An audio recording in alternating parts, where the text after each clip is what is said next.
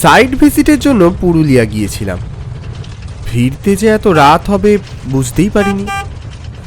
একজন film director হওয়ার সুবাদে নতুন ছবির শুটিংয়ের স্পট খুঁজতে আমায় প্রায়ই ছুটতে হয় এদিক ওদিক। আমি সাধারণ ছবি বানাই না, আমি যে ছবি বানাই সেখানে লোকেশনের গুরুত্বটা খুব বেশি থাকে। তাই গিয়েছিলাম পুরুলিয়ার এক গাঁয়ে, পরিত্যক্ত রাজবাড়িতে। সেখানেই দেরি হয়ে গেল অনেকটা। ম্যাপ বলছে বাড়ি ফিরতে গেলে এখনো ঝাড়া 3 ঘন্টা ড্রাইভ করতে হবে। তাতে আমার সমস্যা নেই, কিন্তু আমায় চিন্তায় ফেলেছে গাড়ির ইঞ্জিন থেকে ভেসে আসা উৎকট শব্দটা। অন্ধকার রাস্তায় হঠাৎ কেউ রাস্তা পার হচ্ছিল। আমি অনেকবার হর্ন বাজানোর পরেও শুনল না। মাঝ রাস্তায় দাঁড়িয়ে রইল ছায়া ছায়া শরীরটা। এই এই সরে যান, সরে যান। সেই লোকটাকে কোনো মতে পাশ কাটিয়ে সজোরে ব্রেক কষলাম। উফ, খুব জোর বাঁচা বেঁচে গেছে, না হলে এক্ষুনি সর্বনাশ হয়ে যেত। কেন যে মাঝ রাস্তায় এইভাবে দাঁড়িয়ে থাকে বুঝি না। পিছনে ঘুরে দেখি রাস্তা শুনশান, কেউ দাঁড়িয়ে নেই। তবে যে দাঁড়িয়েছিল সে চলে গেল নাকি? যাই হোক, আমি আবার গাড়িতে স্টার্ট দিতে গিয়ে দেখি গাড়ি আর স্টার্ট নিচ্ছে না কিছুতেই।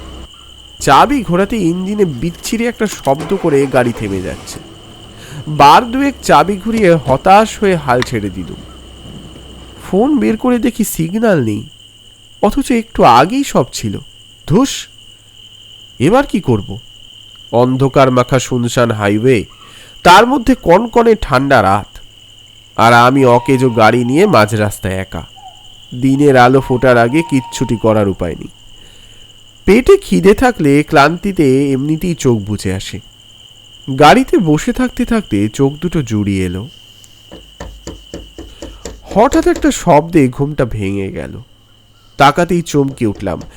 গাড়ির কাঁচের ওপর ঝুঁকে এসেছে একটা মুখ। কাঁচে বারবার টোকা দিয়ে কিছু বলার চেষ্টা করছে। কাঁচ নামানোর আগে ভালো করে জরিপ করলাম, যদি চোর ডাকাত গোছের কেউ হয়টয়। দেখলাম শক্তপোক্ত চেহারার মাঝবয়সী একজন লোক। যেটুকু দেখা যাচ্ছে তাতে বিশেষ বৈশিষ্ট্য বলতে একটা খেসের শাল আপাদমস্তক জড়িয়ে শরীর জুড়ে। নিতান্তই গায়ের লোক, চোর ডাকাত নয়। লোকটা হ্যারিকেন তুলে গাড়ির ভিতরটা দেখার চেষ্টা করছিল।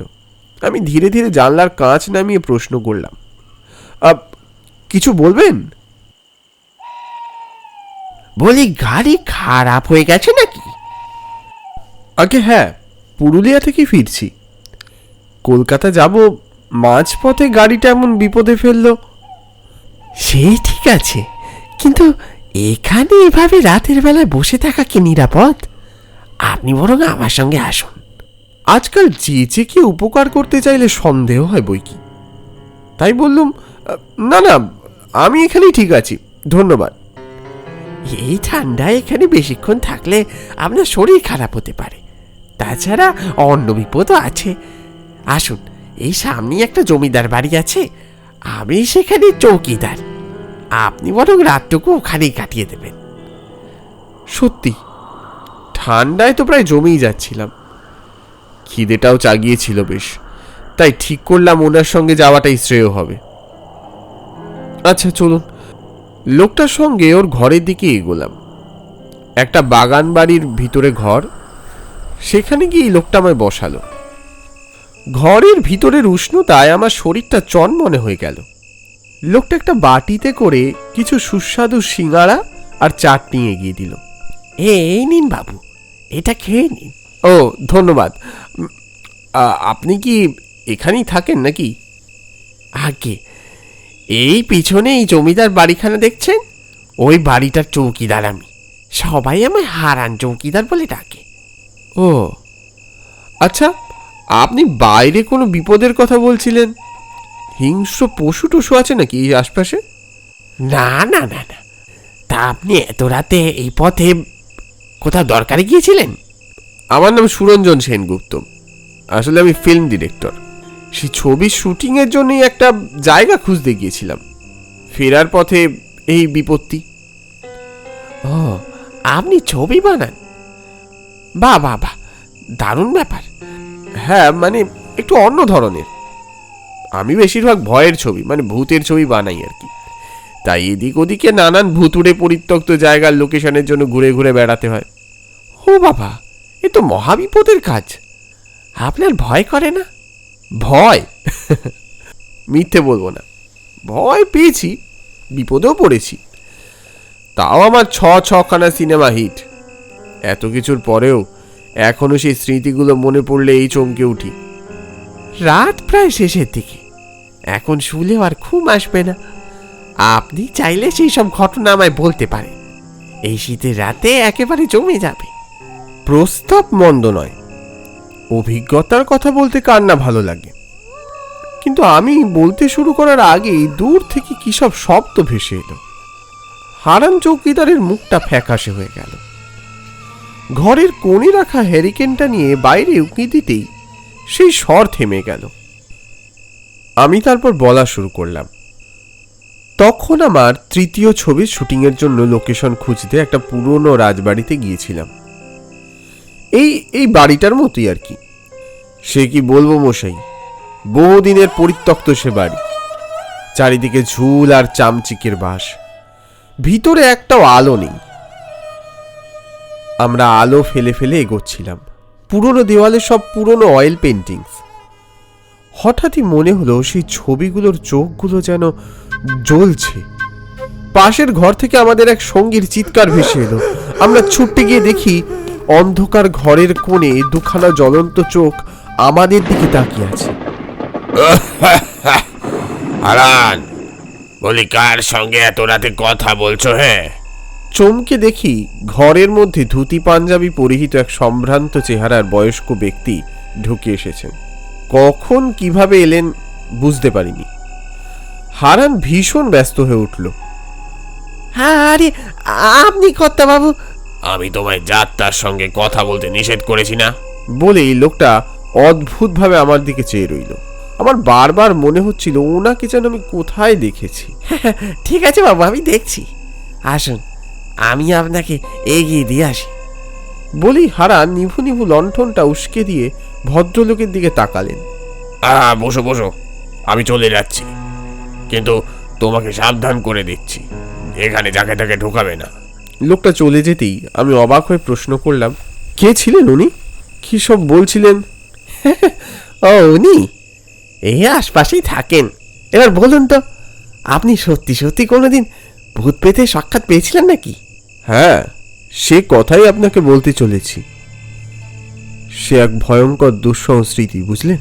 সেদিনের কথা মনে পড়লে আজও আমার হাত পা ঠান্ডা হয়ে আসে।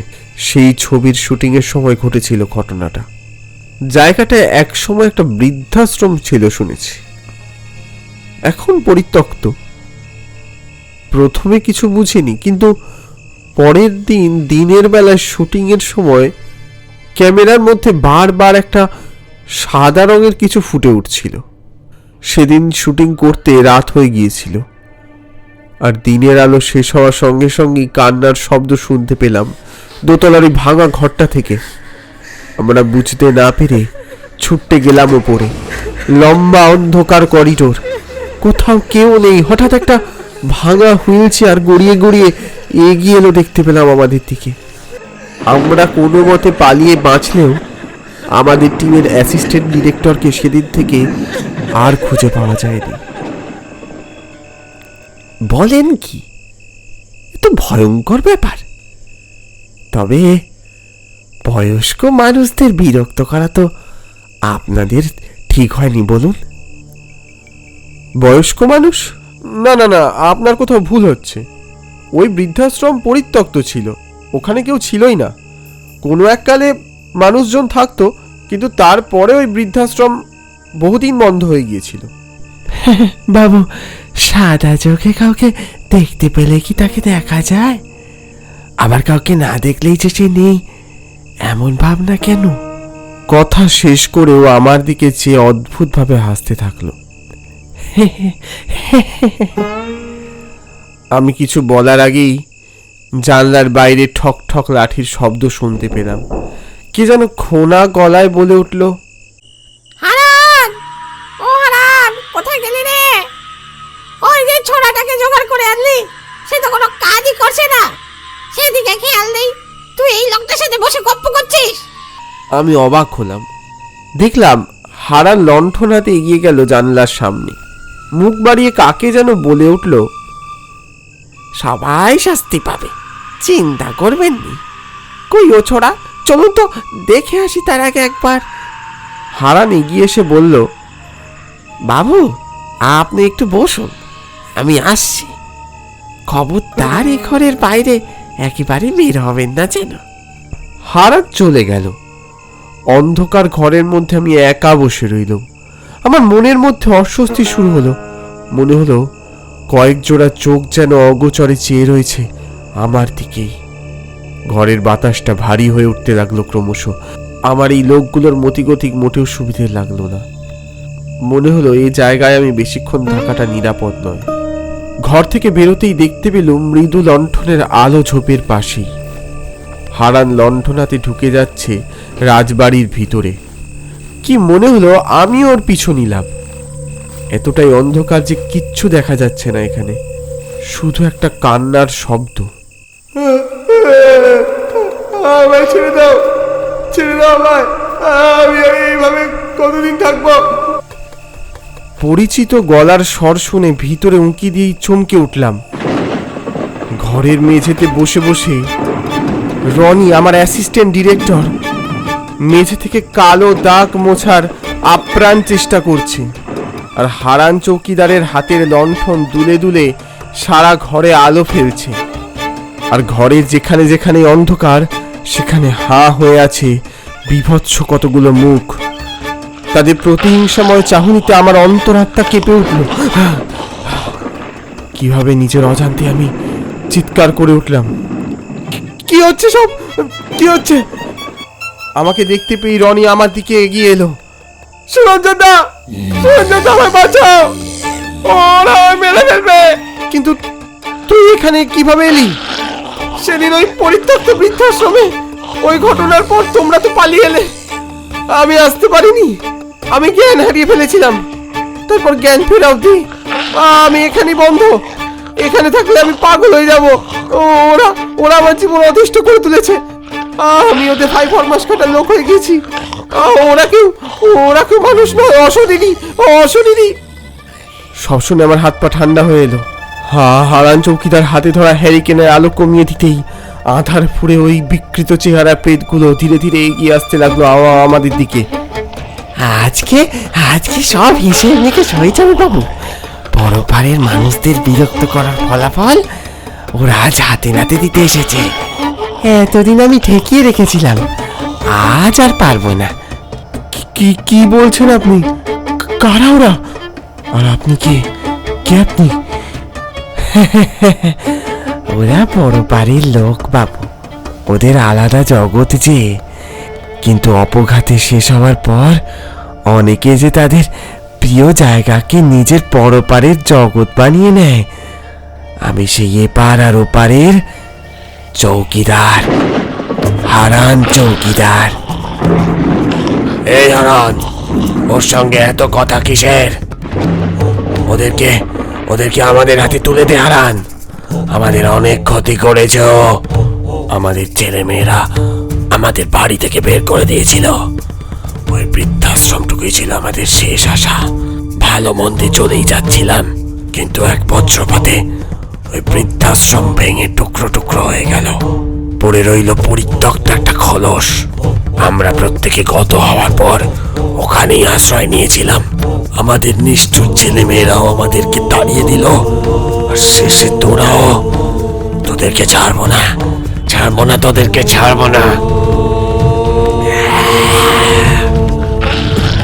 কথা শেষ হলো না। হারান চৌকিদার তার হাতে ধরা আলো নিভিয়ে দিল। সঙ্গে সঙ্গে আমি সম্মিলিত স্বরের পৈশাচিক অট্টহাসি শুনতে পেলাম। ওরা আজকে আমাদের শেষ করে ফেলবে। কিছু একটা করতেই হবে। ঘাড় ঘুরিয়ে দেখলাম দরজা এখনো খোলা। আমি রনির হাত ধরে টান দিলাম, এদিকে চলে আয় রনি, কুইক। দুজনে প্রাণপণে ছুটতে লাগলাম বাইরে। ছুটতে ছুটতে শুনতে পেলাম অপছায়াগুলো ছুটতে আসছে আমাদের পিছনে। রুদ্ধশ্বাসে ছুটে বেরিয়ে পরিসীমার বাইরে বেরিয়ে গেলাম। ফিরে তাকিয়ে দেখি হারান চৌকিদার লণ্ঠন হাতে তখনও দাঁড়িয়ে আছে সেই বাড়ির সীমানায়, আর তাকে ঘিরে সেই প্রেতের দল। উফ, কি বিভৎস সে দৃশ্য! আমি কোনোদিন ভুলতে পারবো না হারান চৌকিদারকে, কোনোদিন না। পালা রনি, পালা! তাহলে আজকের গল্পটা কেমন লাগলো আমাদের কমেন্টসে জানাতে ভুলবে না কিন্তু। আর আগামী গল্প আসছে খুব তাড়াতাড়ি। আজকের জন্য টাটা।